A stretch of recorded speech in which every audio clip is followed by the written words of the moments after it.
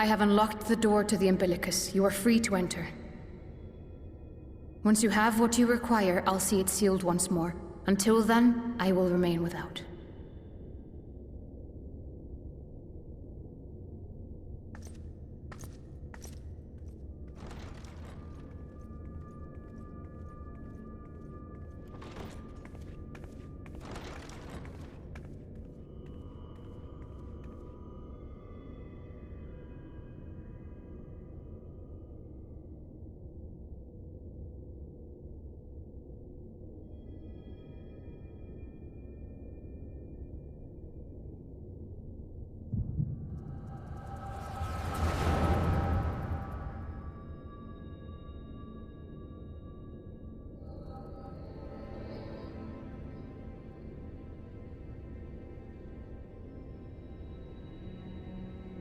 A moment to collect my thoughts, I prithee.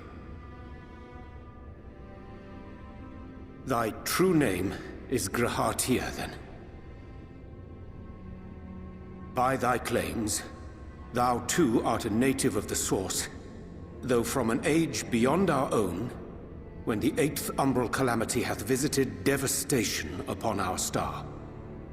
Thou hast, by subtle means, reached across the boundaries of time and space to unsow the seeds of catastrophe, ere its creeping vines drag our champion unto an early grave.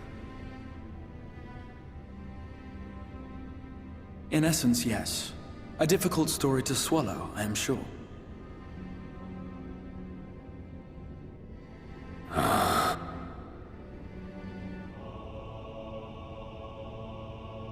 I doubt not the veracity of thy words, not the account of thy coming, nor that of the fated calamity.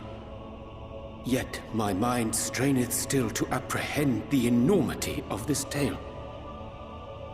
Wouldst thou favor me with a gradual unfolding of its chapters? Certainly. But where to begin? I should start with those great minds who survived the calamity. Sid Garland being perhaps the greatest. In hopes of staying the unending tides of war, he and his fellows pursued all manner of possible solutions. One of these was rooted in a theory which unified several fundamental principles discovered over the course of the Warrior of Light's adventures. It proposed a method by which one could enter the River of Time, traverse the rift, and leap between worlds. Perfecting that idea, however, was a work which consumed their lifetimes, and thus was it left to future generations to decide whether theory would be put into practice.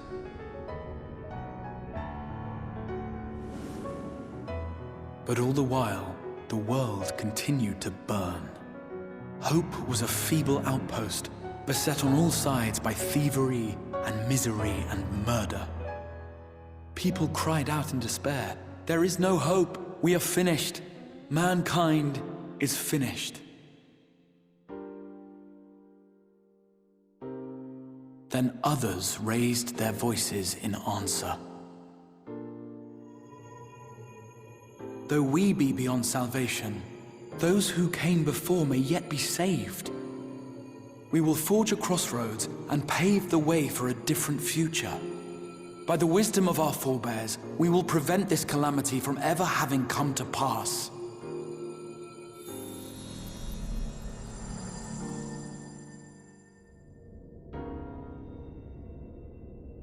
The fighting went on unabated, but some few took up Sid's research and labored to realize those impossible ideas.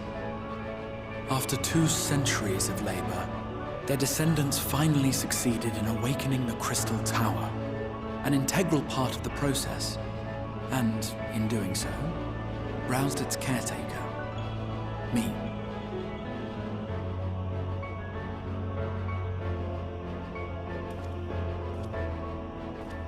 By this stage, scholars had largely established the phenomena underpinning the rejoining, and identified the first as the shard which precipitated the 8th umbral calamity. This grand structure was already capable of storing the energies required to attempt the translocation. All that remained was to augment some few of its functions based upon the theoretical models of Sid and his compeers.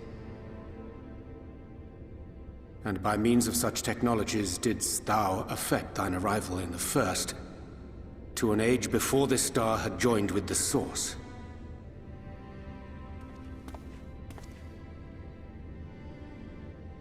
Some while before, as it turned out.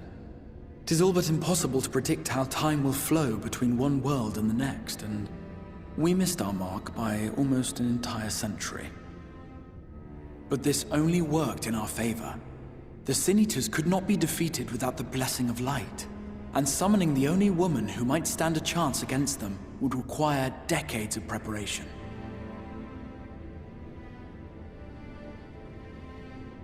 An undertaking of scarce credible endurance. That thou hast kept thy plan from falling into disarray these many years bordereth on the miraculous. Yet howsoever history be rewritten, thy present self was shaped by events which followed the calamity. Should said catastrophe be averted, the very skein of thine existence will unravel. Surely thou hast foreseen this. I am aware of the consequences. 'Tis for that very reason Sid and his colleagues bequeathed their legacy as an offering, and not an edict. To give all of oneself for the happiness of others, and with no promise of reward. 'Tis a hard thing to ask. Harder still for those condemned to survive in a world which pitted brother against brother. Indeed, you are right to call the execution of this plan miraculous, though the force which held it together was nothing so inexplicable. It was her. The warrior of light has been our unbroken thread.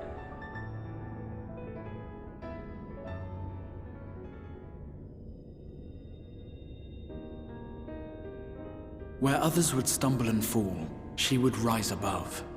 Where others would break and run, she would carry on. The warrior of light's tale is one of unyielding bravery. To tell it was to feel courage. To hear it was to feel hope. It was a breath of inspiration in an age of suffocating shadow. In the histories of a fallen nation was our hero hailed as its greatest ally. In the time-worn pages of a noble's memoirs were her deeds joyously retold. For many, these stories were the flame which warmed them through the coldest of nights.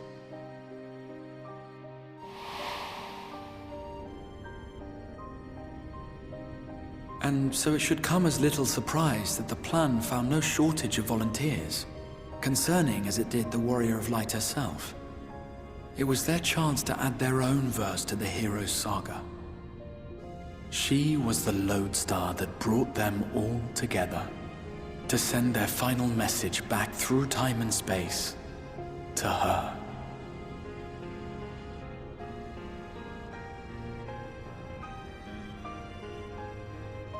The light of your legacy was our torch in the darkness. Burn bright again and live.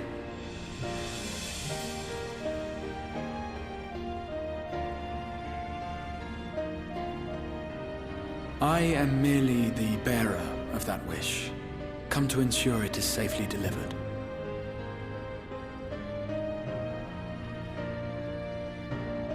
Wherefore sharest thou this burden with me and no other? What wouldst thou have me say? That you will be my accomplice? 'Twas you yourself who convinced me of your suitability when you spoke of how you learned of the Flood and of your part in arranging Minfilia's journey to the First. Your actions showed uncommon resolve. 'Twas clear you were committed to the cause of saving this world. I knew I could trust you to choose the right path forward, even if that choice came with a heavy price.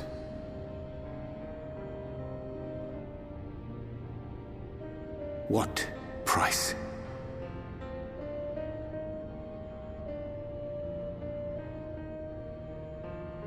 When all is said and done, and the last of the Light Wardens lies slain, I will absorb their corrupted ether, and then I will die. Knowing what I know of your companions, not to mention your champion, they will try to stop me. But in saving one, they would save none. Therefore, I implore you to aid me in concealing my identity and ensuring this tale ends as it must. To this end, I would have you take what I have told you of the Calamity and make of it a portent, a prophetic vision you beheld in the swirling chaos of the Rift.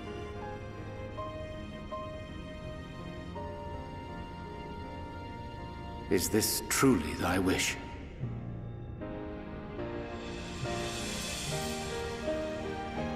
History remembered the Warrior of Light, as I knew it would, and I will suffer no other to rescue the champion whose star has charted my course.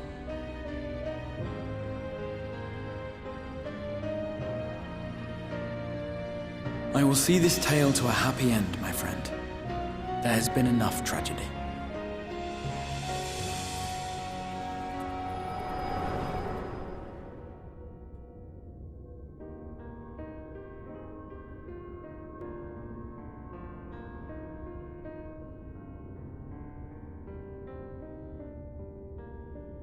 Careful now.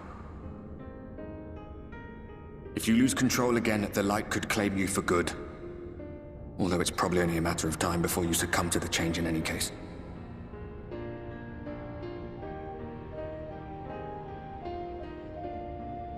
What do you mean to do?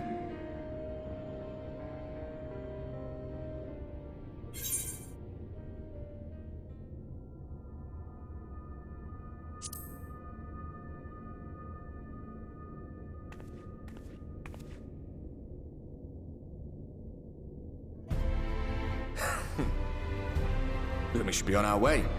Diassian mentioned the Tempest, did he not? That's the stormy seas around Calusia to you. His lair must be down there somewhere, hidden beneath the waves.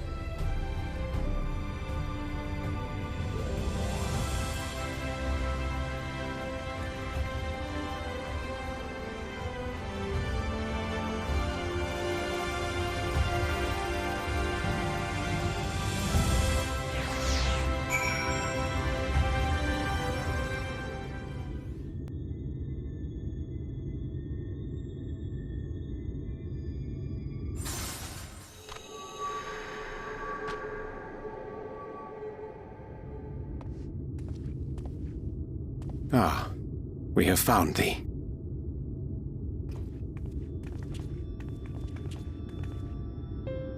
Word reached us of thy recovery, and thus did we gather with all haste.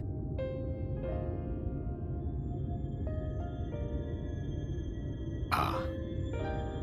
By thy looks, I gather thou hast gleaned that which I came to tell thee.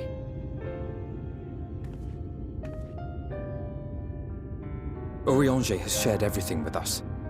The Exarch's true identity and purpose.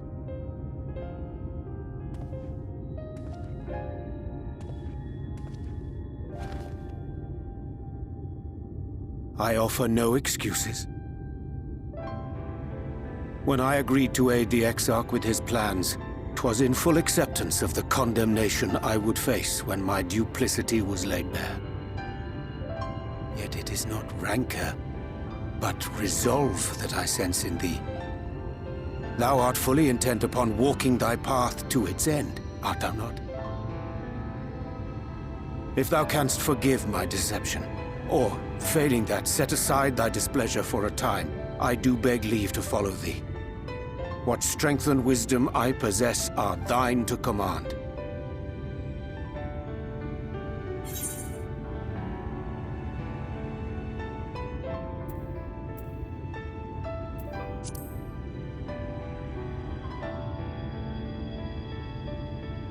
I understand the precarious nature of thy condition.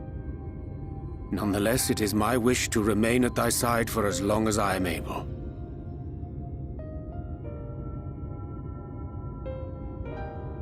I'm sorry, but I don't think this is a good idea.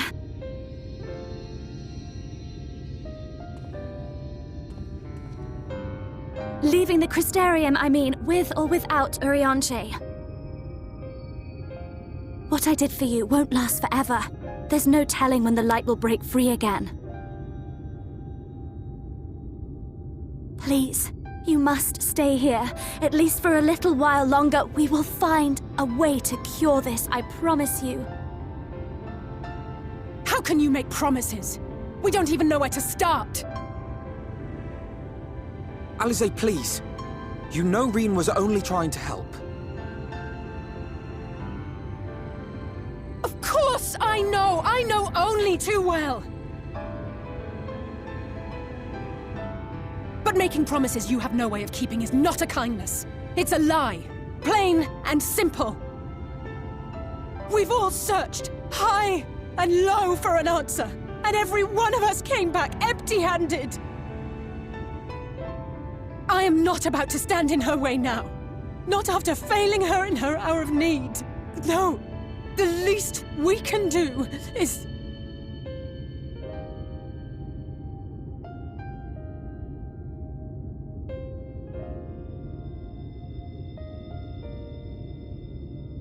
We will go with you as well. There is naught to be gained by standing still. Indeed, we have exhausted every other avenue. Lead, and we shall follow. If there is any hope to be found, then we will surely find it at your side. Are we all in agreement, then?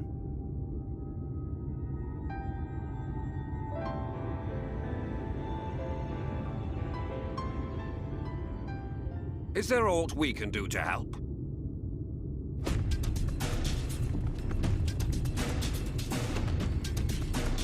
Though we may not know the whole story, we do know you're in for a fight.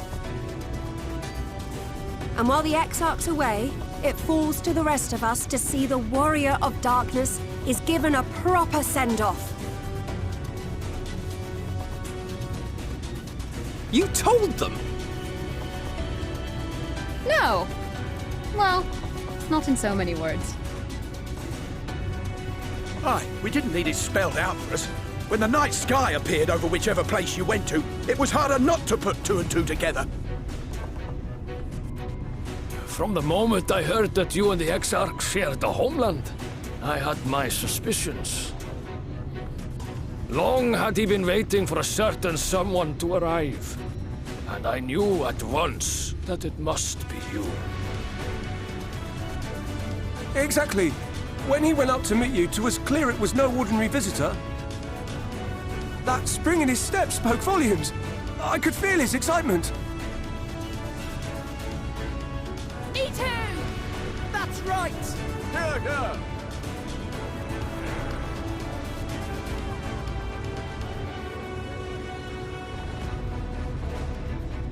We do not fully understand where you or the Exarch hail from, or why you've all done so much to protect us. But we are deeply grateful nonetheless. So, if there is anything at all we might do to aid your journey, you need only name it. What would you have of us?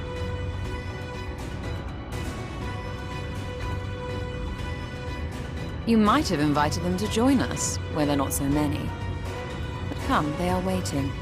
What is your will, O Warrior of Darkness?